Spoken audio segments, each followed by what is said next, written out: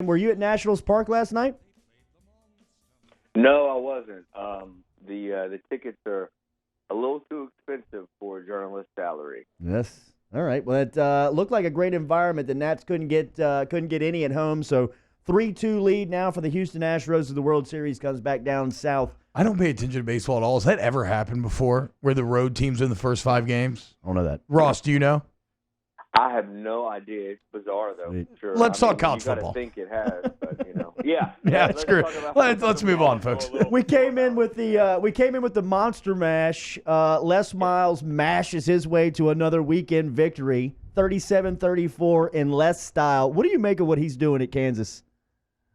Well, he it's been an odd year there. Obviously, they beat Boston College, and then basically had lost every other game to anybody that was of consequence, and then they lost to Coastal Carolina earlier in the year.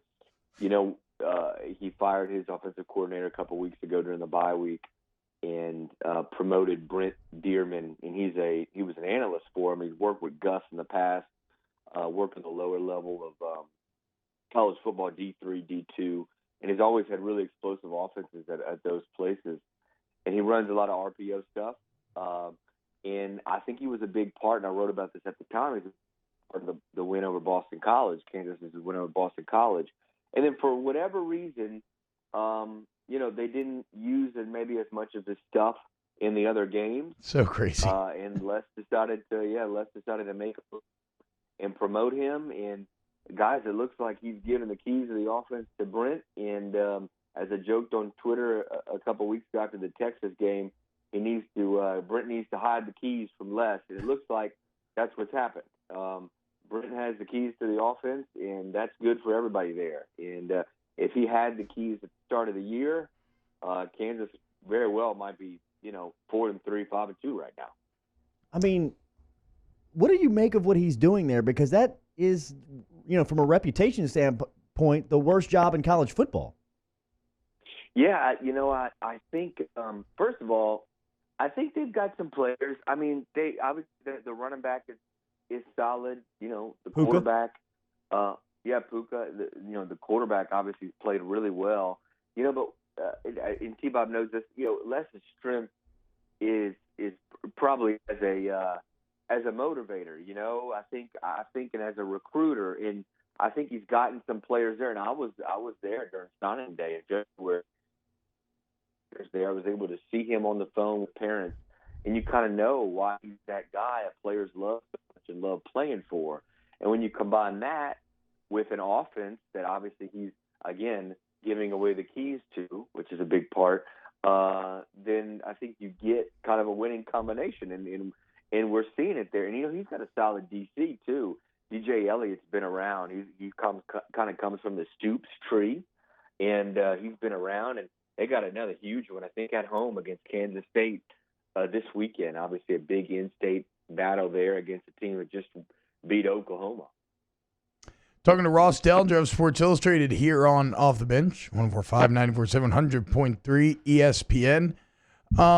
Most impressive showing you saw in college football this weekend, Ross? Well, I mean, you got to give it to Auburn's defense to a degree. I know they allowed a lot of yards, but I think everybody's going to allow a lot of yards against LSU. It's what they did, keeping them on the scoreboard. That was impressive. It was impressive, guys. If Auburn doesn't have a true freshman quarterback, or if their true freshman quarterback is better, they might be 8-0 right now. They're good in a lot of different ways. But we just brought it up. Kansas State. I mean, both of those teams probably took that prize of looking the best this past weekend. Beating Oklahoma like Kansas State did, and shaking up the CFP, and then the Jayhawks winning over Texas Tech, and how they did it was certainly I would say those teams probably stood out more than any other. Be talking about the top of the top 10 or so.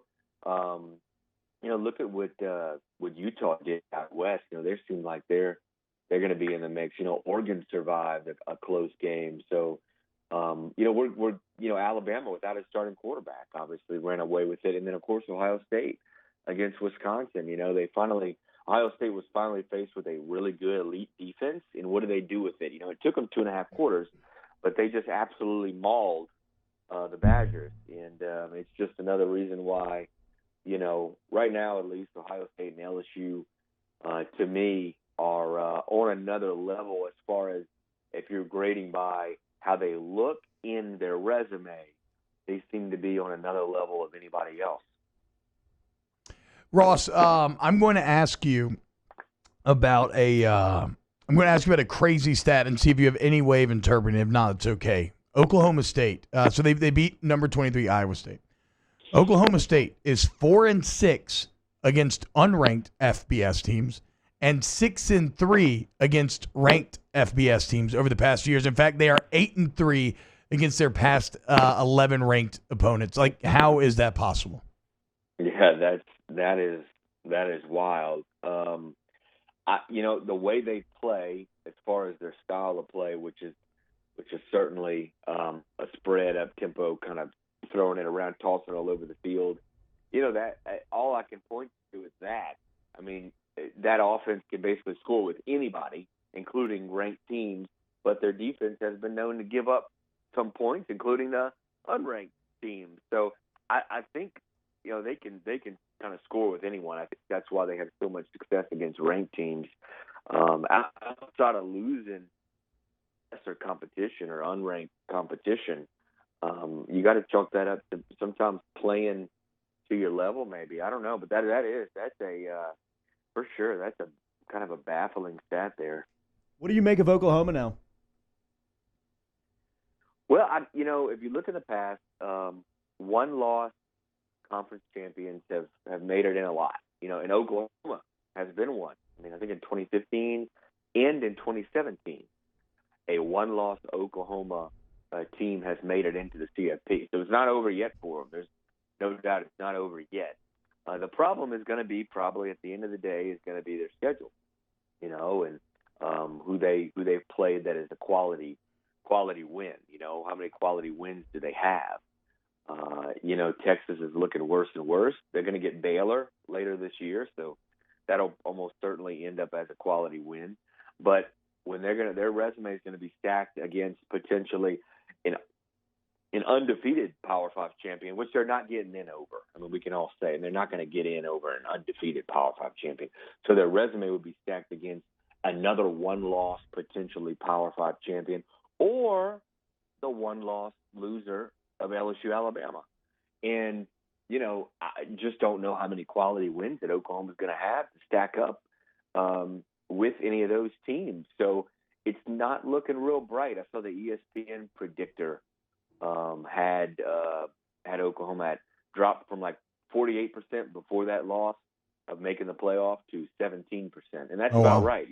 I feel like they have like a 1 in 5 chance now to make the playoff. But they need some help. Certainly, they need some help. And even after they get help, again, when you stack the resumes, when you compare the resumes, I'm not sure theirs is going to hold up. Last one, Ross. Is Joe Burrow the clear Heisman frontrunner now? Yeah, absolutely. I don't think it's too close. And Jalen Hurts certainly has incredible numbers, but again, people don't talk about it enough, but with Oklahoma losing, that's really going to hurt him. If LSU keeps winning, Oklahoma losing is really going to hurt him, because I think he was right there with Burrow, and certainly his numbers are, when Oklahoma's undefeated. I thought it was going to be really close, and the winner out of Alabama, Alabama and LSU is obviously big for separating Tua and Burrow potentially, but Tua now missed the game. So Tua's missed the game. Jalen's team lost the game. And you are with Burrow, who's just, who's rapidly improving his numbers, and the team's on a roll and stuff. I think what we're going to see happen is that Alabama LSU game might be a separator for Tua and Joe, in a lot of ways. It should be interesting to come down to. Delly, have a good week. We'll talk to you next Monday. All right, guys. See y'all in town later this week. Hey, nice. See you then, Ross. Yeah, nice. Ross Dellenger from Sports Illustrated. We'll close it out next.